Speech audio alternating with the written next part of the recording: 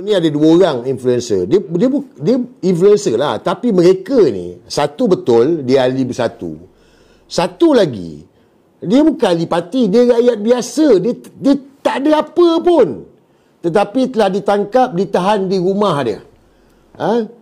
Seorang pukul 1 pagi, seorang pukul 3 pagi, depan anak bini. Daripada Bukit Aman. Kenapa buat macam tu? Dah lalu saya pernah kena juga kan. Tapi bila saya tengok kena pada ni rakyat. Seorang kita kata, bolehlah kita kata mungkin apa ni, ideal tu, mungkin kita kata ideal tu okey, orang bersatu lah. Habis yang si Kamil ni, dia bukan orang parti, dia rakyat. Saya tengok dia ni daripada mula-mula ni, dia meluahkan dia punya tak puas hati dengan kerajaan. Asalnya kita ni pun sama lah semua. Kita semua ni sama lah. Timah Labok sama lah. Kita tak puas hati dengan kerajaan. Kita bercakap. Bukan dia orang side throw. Tak ada. Ini tak ada side throw lah. Tak puas hati. Tak suka sebab mengikut perlembagaan hak kita. Suka hati kita lah kita nak cakap. Kita bukan ugut engkau ke? Bukan nak curi stoma bag kau ke?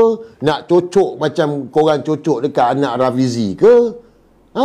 Tak ada. Kita bercakap je. Tak puas hati.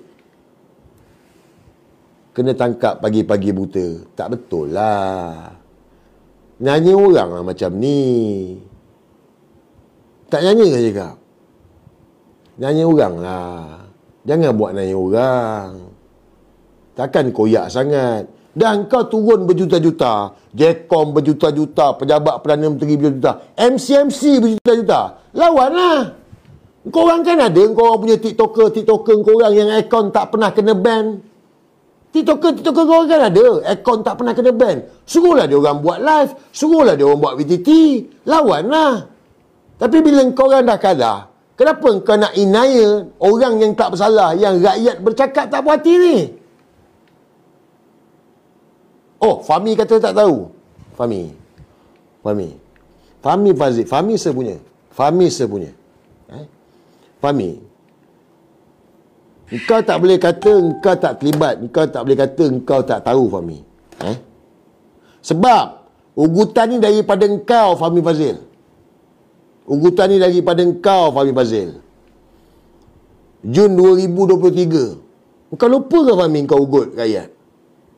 Engkau lupa ke, Fahmi, engkau ugut rakyat? Jangan marah saya kalau ada panggilan nanti ataupun ada radioka yang singgah di rumah anda. We are monitoring. Jangan behave yourself.